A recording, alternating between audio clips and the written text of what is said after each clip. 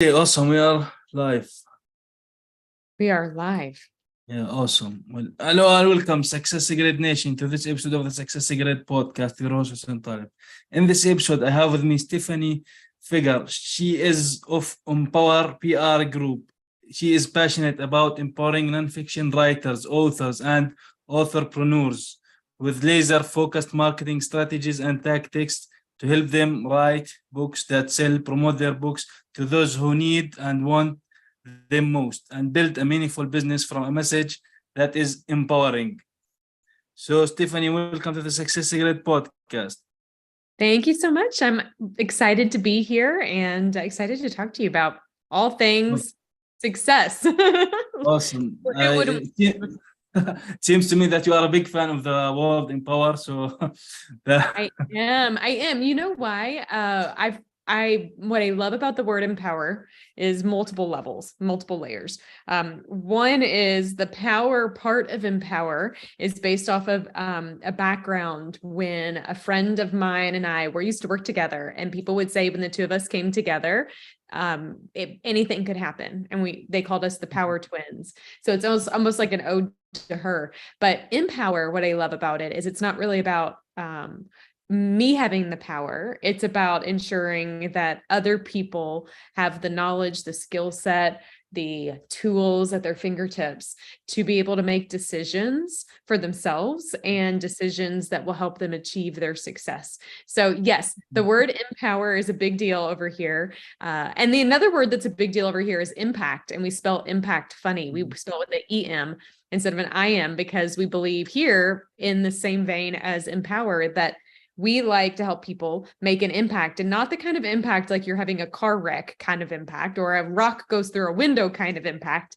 It's an empowered impact, like a ripple in water. It's the change that can happen and keep going and expand. for others. Yep. Yeah, and awesome. And it expands because, like you mentioned, having impact on people, but eventually you want the same person who's you are speaking with, helping or coaching or whatever it is that you do, they want them to things to come from within inside, because success does not happen just like, I guess, by accident. So no, in your personal definition, what success is, and you don't personally agree with other people about the definition of what success is. Yeah. So I had for a long time the outward success of what people would say success was. I had a lovely job with a lovely title and a lovely pay range and pay grade. And it all seemed like that was what you would strive to have. And yet on the inside, I had become quite miserable. I started to go, I remember telling my husband, I'm like, if this is what like being successful in a career is, I don't know that I want it. Like, this is not, nobody tells you this part of it. I had the 3 kids in the house. I had all the stuff outside that looked right, but inside something was not. And what I started to do, and it was actually through my writing, became a catharsis for me to start to process what really is success. And I think the world tells us that success is how much money you make, the 2.5 kids that you have with a dog and a picket fence, right? Like that those things are successful. And yet I could tell that I wasn't happy. And I thought happiness is really important to me. But then I was also impacted by a corporate layoff not long after this. So I'd been working for an organization for over a decade, pouring every part of me, into it. It literally was my life. And I, at a snap, our department was depleted. And I looked back and I thought this thing I thought that was successful or was success, I had actually connected myself to it. Like I didn't know the me outside of it. And I remember I had just lost my job and I was sitting around a group of kind of high professional kind of figures in the area. We were doing a speaking cohort for a speaking business, and everyone's going around the room and they're saying, "Hi, my name is so-and-so." And right afterwards, they're acknowledging their titles. And it gets to me and I'm like, "Hey, I'm Stephanie." I have nothing. Like, you know, I've lost my job. I'm the former, you know, with the title. And it really pushed me on a journey that, and alongside of writing, for me to realize that for true success is all about finding perspective and redefining your moments and allowing your hardships to become fertilizer to propel you forward. Like, success isn't the end, it's the middle, right? It's this journey to get there.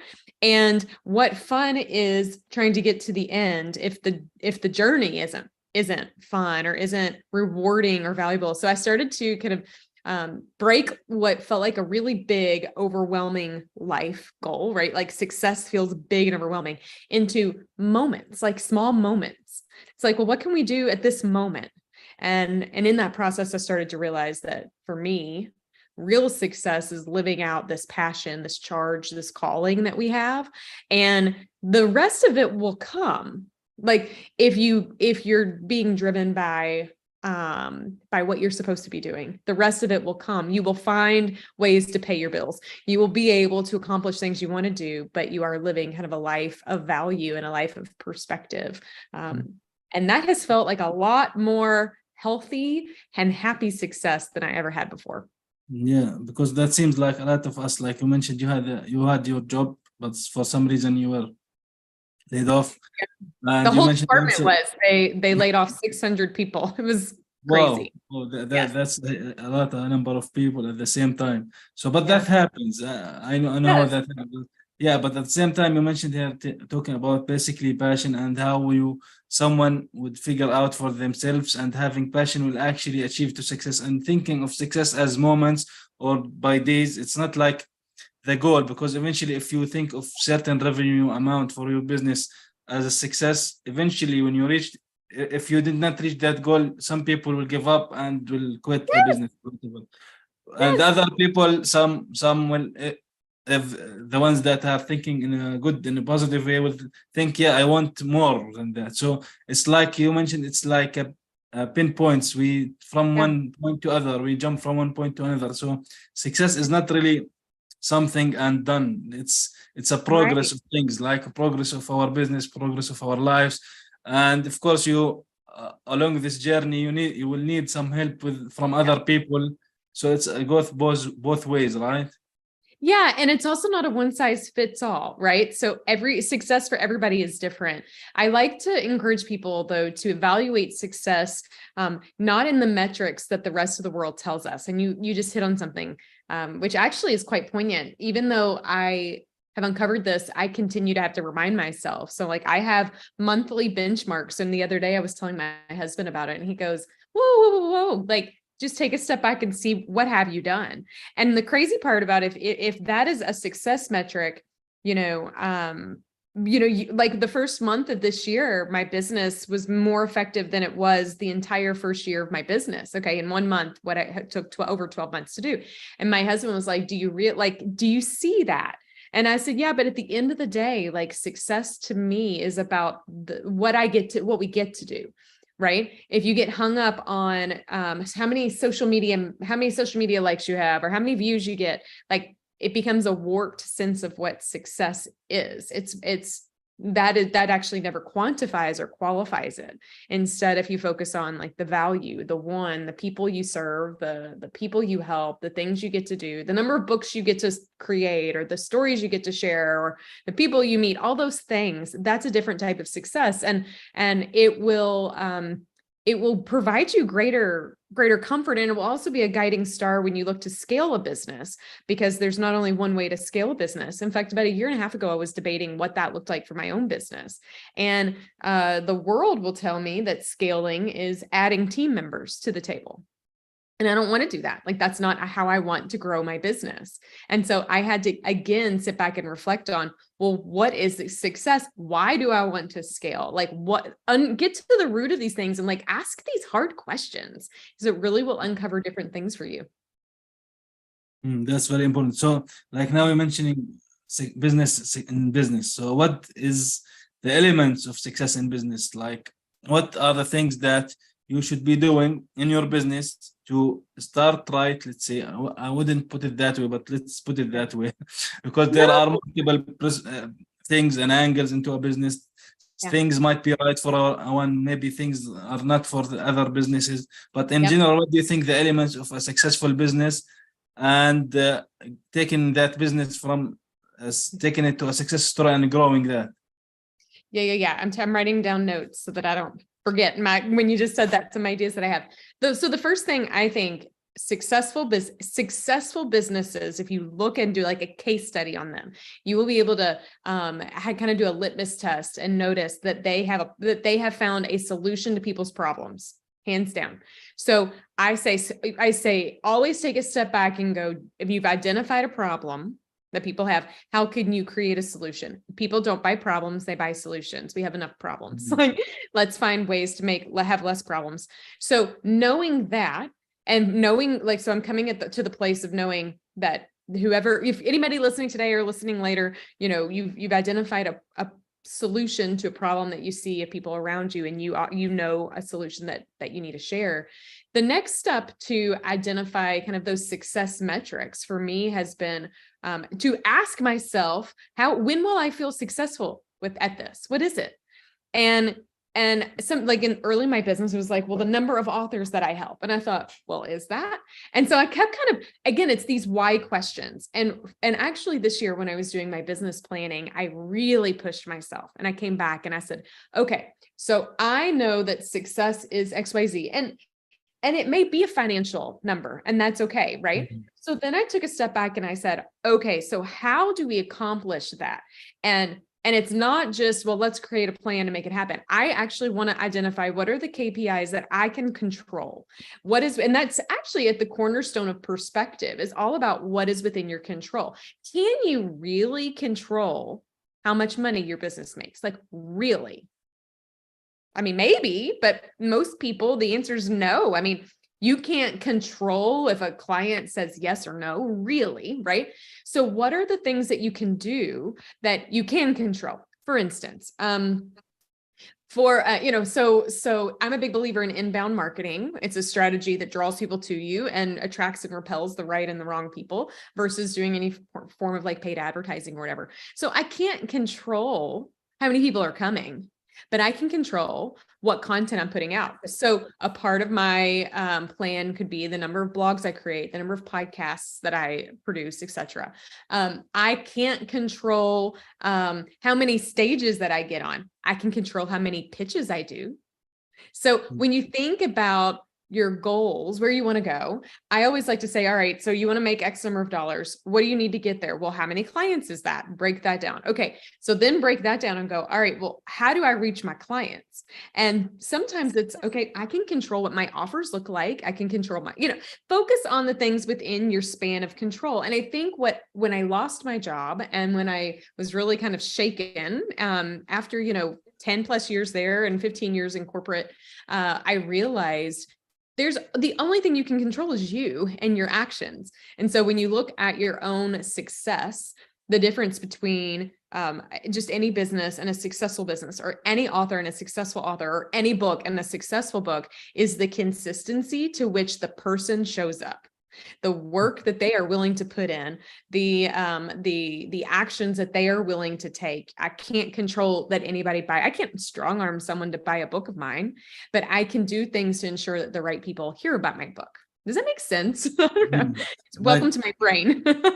so there is a lot of things there. So first of all, you mentioned finding a problem, whether it's a online business, whether it's a service, whether you're doing helping authors and writing certain types of books, nonfiction. So how do you, like, for example, do the first thing, like, which is finding the problem, which is usually people don't want to buy this book or don't want to buy this course. They want, actually, like you mentioned, they want the end result of that. They want to have not only the solution, they want to have the resolution. Like, it's like they want to jump 10 steps ahead, right? So how do you find this problem starting from that? Do you, like, for example, go out and do a survey, for example, asking some customers, if you have one, if someone does not have a business yet and they want to start a business, where should they start by finding this type of problem? What do you think it is, do you think? So I have a thing I call the authorpreneur equation, but really it's relevant to any business. It just so happens I look at things through the lens of supporting authors and books. But the authorpreneur equation comes down to this. Your reader has a need, or your client has a need. You have a skill set, and that plus that creates a marketable solution. So when you're thinking about, I want to create a business, or my business isn't running how I want it to, or whatever, I want to dissect those three pieces. So it always starts with understanding a need that people have. And there's a difference between a want and a need. Everybody's carrying around like two buckets of how they look at their money. The bucket of needs is something that it's a non-negotiable. Of course, I need to purchase that. I'm going to buy it immediately. I'm going to do it right now. I wouldn't even think about it. I need toothpaste. So like, why would I question it? Like, I need to go on vacation. I need a book, whatever. Okay. But the bucket of wants is where I tell authors and business owners, you don't want to live in that world, because a want is it's a beach read. It's one day I'll visit Greece, or one day I'll do this. You don't want that, because that is not a sustainable business. People immediately when they look, it's kind of like the basic needs of shelter and clothing and whatever, right? People have basic needs and they are willing to invest their money there. So knowing the needs of people that you could serve is pivotal. And then when you pair that with your expertise, what is it that you bring to the table? And sometimes that's really hard to articulate, because as people, we think we overlook what we're really great at, and we don't realize how great we are, right? Like we might go, well, anybody could do that, but they can't. They can't. So, or if they could, they wouldn't be buying it, right? Like, so when you pair that together, that's where this marketable solution comes out. Sometimes that equation is not as linear as a normal addition. Sometimes you're solving for X, like an algebra. And what I have identified is the best way to solve it is to listen. And that was a lot from my own experience. When I published my first book, it was right after I was impacted by this corporate layoff of 15 plus years working in marketing, PR, and communications. My book had nothing to do with that. It had to do with perspective and finding balance and redefining success. And yet all these authors started coming out of the woodworks and asking, how do I market my book? And I'm like, well, it's easy. And they're like, it's not. And that was when I didn't even begin to create the Empower PR group, because I thought, I'm going to do this. It came out of understanding a need. And then it's continued to evolve. Like it's what I love about like this redefining success. I don't really have a 20-year plan. Every quarter I evaluate the business and I go, I'm listening. So what are the people that I get to serve and I get to support? What are their needs? What are their problems? What are the things that they're struggling with? And that helps me identify marketable solutions. Is it a new offer? Is it a new book? Is it an on-demand offer or a workshop? Is it a consulting effort, etc.? So I do a lot of listening. Your clients will tell you loud and clear if you're willing to listen to it. Yeah, exactly. Because sometimes things go, you have to really listen to know the response, I guess, in general, in every aspect of life, whether it's client, whether it's spouse, whether whoever it is that you have to do that. So like now you're a big fan of inbound marketing, as you mentioned, right? So what are the best marketing? We know that there is a lot of things or places or ways a business can promote themselves, or an author that can promote themselves. But what, in your opinion, the best marketing strategies that you should begin with and grow from it? Sure. So marketing in and of itself has a really bad reputation. And I think it's because either A, you're immobilized from it, you don't even know where to start and it overwhelms you, or B, you have dealt with what I like to call icky marketing. And that is when you get those spammy messages in your inbox and you're like, ugh, like why are they doing this? And so when I like to talk about marketing as authentic marketing. And when we think about things as authentic marketing, we are breaking apart marketing, not as something where we're going to be icky, where we're going after people and we're attacking them and we're like trying to persuade them. Instead, we have a value, we have something to give, and we are ensuring that just people know, and we make sure that the people who need to know about it know about it. And so the type of marketing I believe in is really authentic and genuine and value focused. And that's why I like inbound marketing versus outbound marketing. I don't want to do Facebook ads and say, buy my book. Did you buy my book? Hello, buy my book. It's the holidays, buy my book. That to me falls flat. People aren't buying those books. But instead, when you share, when you give, when you find where your target readers or clients go to for trusted information, and you are sharing value there, people perk up and they go, who is that person? That person's really interesting. Then at that point, they're going to hop to your space. And there's kind of 3 steps that I think are strong marketing approaches. The first is to make sure you have a strong platform. And in the author space, we call it an author platform, but in business, it would be any form of your platform. And we live in such a digital world. That means that you need to see how you're showing up online. People are going to go, anybody today might Google Stephanie Feger. Occasionally, once a quarter, I go and Google me too. And I'm like, what's showing up? Like, do I like that? Is it in alignment with my brand? Is there something missing? And so really, and the reason how I show up is based on my content. I don't do any form of like SEO paying personally. I just do it based on content. And if you understand how your readers or clients are searching, what are they searching for? You can start writing and creating content that answers it. So that's the essence of inbound marketing. One of my favorite books is a marketing book by an author named Marcus Sheridan. The book is called They Ask You Answer. And it's a beautifully written book around inbound marketing. And it's the cornerstone is what are your target clients asking? And you need to start answering it. Don't get all crazy. It doesn't have to be all fun and like fluffy. Literally, how do I market a book? Stephanie needs to answer that. And you share it by doing blogs and video and social content and et cetera, in a very integrated way. And your author platform for me, or just any platform, also should very easily articulate what this, like the journey you want them to go through, someone to go through. Don't make it hard for people to, if they get to your website, don't make it hard for them to find out what it costs to work with you or what your services are or what products you have. Don't hide your price points. Like that immediately breaks trust. Like put it on there. Don't hide it. You're proud of it. You're worth more anyways, right? Like, so make sure you share that. And then the next step is where you have, you do work with your, connections, the people you are currently connected with, where I believe most businesses, especially in the author space, is just like a couple degrees away from the people that really need their messages. And so how can you build strategic partnerships? How can you leverage your social media engagement? How can you continue to create content that ensures that you're going in the right places and your connections can become a street army of promoting the work that you do to other people?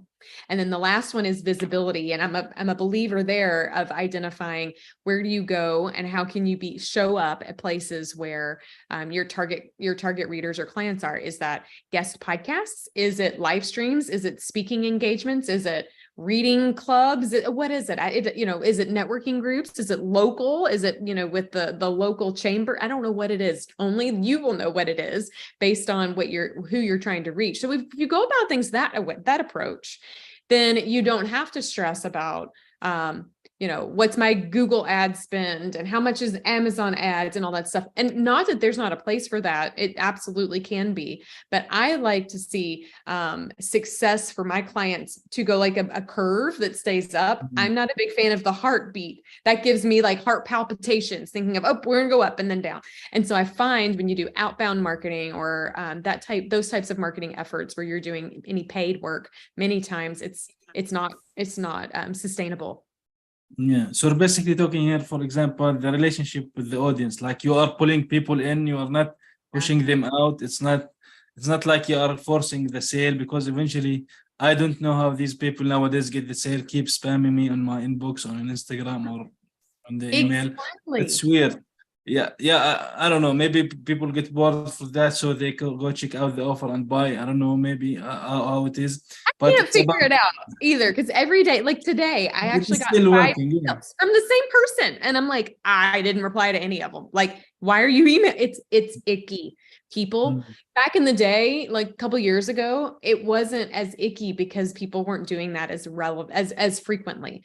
But now it's icky. So it's okay to do email marketing. Like I'm a believer in relationship marketing too, right? When someone does come in, how can you keep them engaged into kind of your offerings and what you bring to the table? But always lead with value. Like always lead with giving. You never know somebody who might be lurking and watching. I did a workshop a couple of weeks ago, and many of the people who showed up on that workshop were people who've been watching, and they haven't invested in services I've done before, but that was the right one, right? So it's okay. Keep them engaged and nurture, but don't be icky. Yeah, because like sometimes certain people might not be ready, for example, to buy from you now. They might be ready like in 6 months, a year from now. It's not like they have to buy it now.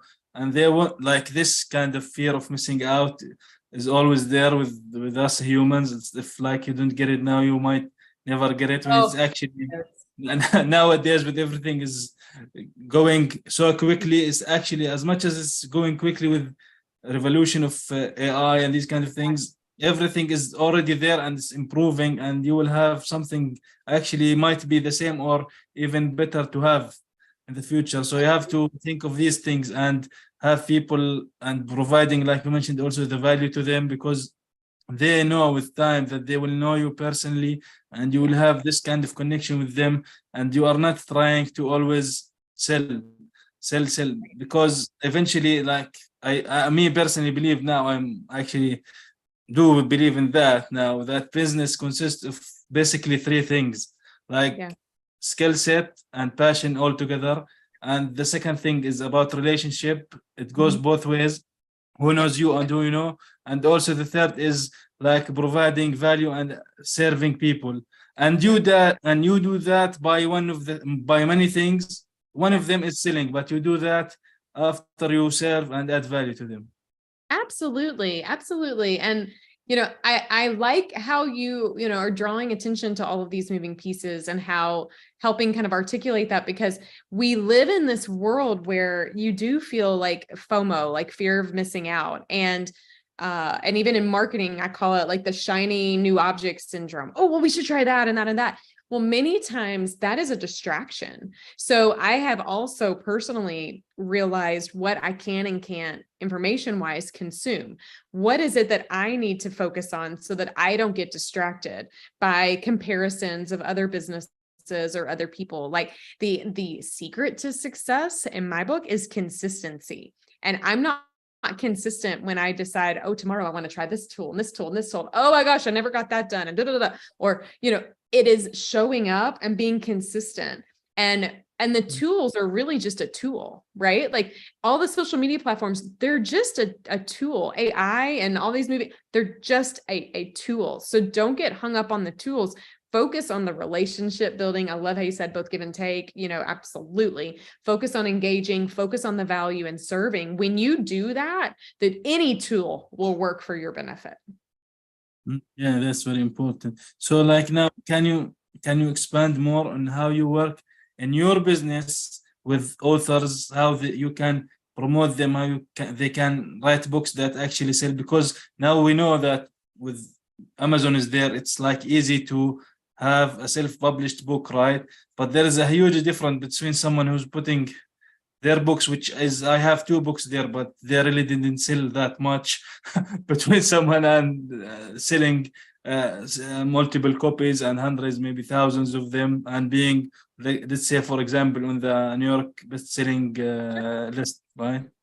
Yeah, so really great. You bring up really valid points. We do live in a world where it's as instantaneous as if you want to write a book, write it and publish it today. You can do that. That is a beautiful, beautiful thing. And that is a horrible curse at the same time, because the last thing you want to do is have a book out that is not a marketable book. So there's really kind of 3 things. This is where I've done a lot of listening over the years. 3 things I think authors need to kind of embrace if they want to be successful and empowered in their author process. The first is to ensure that they're actually writing a marketable book. So books don't sell themselves, and people do. And people don't connect with books, they connect with people. So at the end of the day, people are buying books, but really they're connecting with people in the process. And however, a marketable book, if it's written well and it's written with the right kind of a purposeful lens, once it sells, it can continue to sell because you can get a street army of readers who fall in love with it and tell people about it. And so the part of my business it's threefold. The first part is to ensure that you have a marketable book. Many people overlook the fact that there's parts of your book that that tell stories about how people can work with you, that can be utilized in your business. And so you kind of want, when you're writing a book, to think about the end before the beginning. How are you going to use your book? And many authors come to me and they'll say, I always say, what would success look like? Like, what is your why? And when someone goes, well, I want to sell so many millions and millions of copies every year. And I'm like, you might want to identify a different business strategy, because it's crowded in the book space, unless you have, quite a popular name or a lot of money to put behind it. That is not unachievable, but that is not realistic success. Okay. So I'm like, let's take a step back and go, well, why did you write this book? Are you writing it to make money? Are you writing it to make an impact? Are you writing it to spread a message? Well, if you're writing your book to spread a message, I say, make sure this book is marketable. And then we need to find out how you can sell books. And is that through a strategic launch event, strategic partnerships, visibility and engagement strategies? Are you looking to make an impact? Well, for this, and then I'm making circles because this is a part of a framework we use. But when you're looking to make an impact, really, again, it goes back, that book needs to be a marketable one, but many people could care less. If they want to make an impact, they actually care less about selling books. They're using this book alongside building and growing a business. And if that's the case, book sale numbers don't matter, right? It's clients, it's that you're serving, it's communities you're changing. But if revenue is an important part, well, you got to make sure that marketable book sells and you have a business alongside it. And that business piece is a part that I think a lot of authors don't initially embrace. They think, I want to write books for a living. Well, if somebody sits down and purchases a $20 book, that's great, but we really want them to spend about 8 hours of their time to read it, right? Like, there's two forms of investment.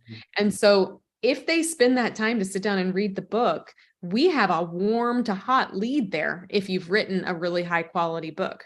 So how do you use that to go to the next level? Some people will take that book and fall in love with the message and take action from it and learn and change. And others will go, this is great, but I can't do it by myself. And so I like to really help authors look at all parts of it, how the book can really be a meaningful piece in the really overarching impact that they're looking to make. And what are those other pieces that they haven't thought about? So you mentioned the stories inside the book. So because when we are talking about non-fiction books, do you think is a better way to engage people, right?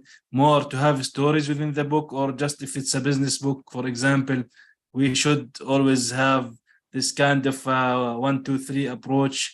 This one, and that's it. Or is it better to engage people with the stories even in the book? You got good questions here. I don't know. I'll tell you my perspective, but you have to know I'm a quite verbose storyteller. So I'm a big believer in stories, mainly because that's how we connect. Our whole world, our whole culture, our whole lives, ever since the beginning of existence, has been built on layered stories. It's how we connect, and it's also how we remember. So the facts, boom, boom, boom, you can have that in your nonfiction books, absolutely. But don't neglect the fact that just because you're teaching a skill set, you're imparting knowledge, you're expressing an opportunity, don't neglect the fact that your readers need to see themselves in it. And if it's just a 200-page book of 1,000 things you need to do, that will leave them overwhelmed, and they'll walk away from that book likely forgetting 99% of them. But if you use the opportunity of your message to share a story, people will walk around. Like, I had an author a reader of mine go, Stephanie, I'll never look at brownies the same. And I'm like, oh, you read that story. I know what you're talking about, right? Because I told a story around brownies. And now when they see that, they can have a better understanding of target audience analysis. So a differentiator too between you and what you bring to the table and anybody else that's talking about the message is your stories. So if you go, here's the 20 steps to market a book. Well, anybody could do that, but only you or only me and, can tell it through the lens of the stories that I've brought to the table. So, I mean, there's definitely, you want to make sure and delicate with the types of stories you share that might be a little bit different in a nonfiction business book versus memoir versus fiction or whatever, but don't neglect the story. In fact, a cousin of mine was over the other night for dinner, and he was talking to me about how he struggles reading nonfiction. He's like, I just really like stories. And I looked at him and I said, well, you've not found the right nonfiction then. The best nonfiction is built on stories. Yeah, that's amazing advice, actually. So now, from your own perspective, what do you think are the best tools, resources, or even books like we are talking about, is about like can help entrepreneurs, business owners in general, and specifically authors, that the people that you do help personally can have as a resource for them? Oh my gosh. Okay. Let me look real quick. I've got to pull them. 1, 2, 3. Okay. Well, and then I'll throw this one. Okay. I keep them here because they are important. My favorite one from the financial side is Profit First. Have you read this? No. Oh my gosh. I think everybody that wants to create a business, has a failing business, has a successful business, I don't care where you are, you should read Mike Michalowicz's book, Profit First. If you, the sooner you can, the better. You will position your business's financials to be as successful as possible by learning how to grow and how to execute your business within your means. It's phenomenal. Many people immediately have a higher profit margin, even if they don't make more money or bring in more clients just by using his approach. So we love it in my business, but I even love it in my family. So we use the same process with my family. The They Ask You Answer book was one I was referencing earlier. This is Inbound Marketing with Marcus Sheridan. I think every business owner should read this book too, mainly because it's a marketing book that is written by someone who is not a marketer. So it is written by a guy who is a in-ground pool salesman, and his business was imploding, and he walks you through his approach on how he kind of reinvigorated his business to crazy amounts of success, all by answering the questions people ask. This is a book I read every year called The Big Leap by Gay Hendricks. What I love about this book is it is every year in like December or January, I sit down and reflect on it and read it. And I'm reminded, as he shares, that there's different zones that we live in business. There's your zone of incompetence, your zone of competence, your zone of excellence, and your zone of genius. Your zone of incompetence is the things that you are doing and should never do because you're just not, like me and technology. It's like me putting the TV together, or when the computer is, I should never do it. I get mad. It's not good. The zone of competence and the zone of excellence are two zones that are risky for us as business owners, because just because you can do something doesn't mean you should. So you might be really competent at doing social media, but that's not, or maybe even excellent at it, but it's not your zone of genius. So be aware. And that's what I love about The Big Leap. It's helping me. It always helps me identify, what are the things I'm doing that maybe isn't what I should be doing. In the zone of genius, that is where it's like golden. That is where business is the most successful. That is where you almost feel like you're not even working. You would do it for free. It is something you would do for free because it gives you so much energy. So I love that. And then the final one is the book I just wrote this past year for authors, Make Your Author Impact. If you are writing a book, publishing a book, wanting to build and grow a business with your book, launching it, everything in between, I finally realized at the end of last year, I should probably put all of my brain into a book. So that way people that I might not have the chance to support can get some insights from it. So I think that's also a really amazing book for authors and aspiring authors too. Awesome. So, Stephanie, do you think that there is something that's important I have missed asking you about that you can add here?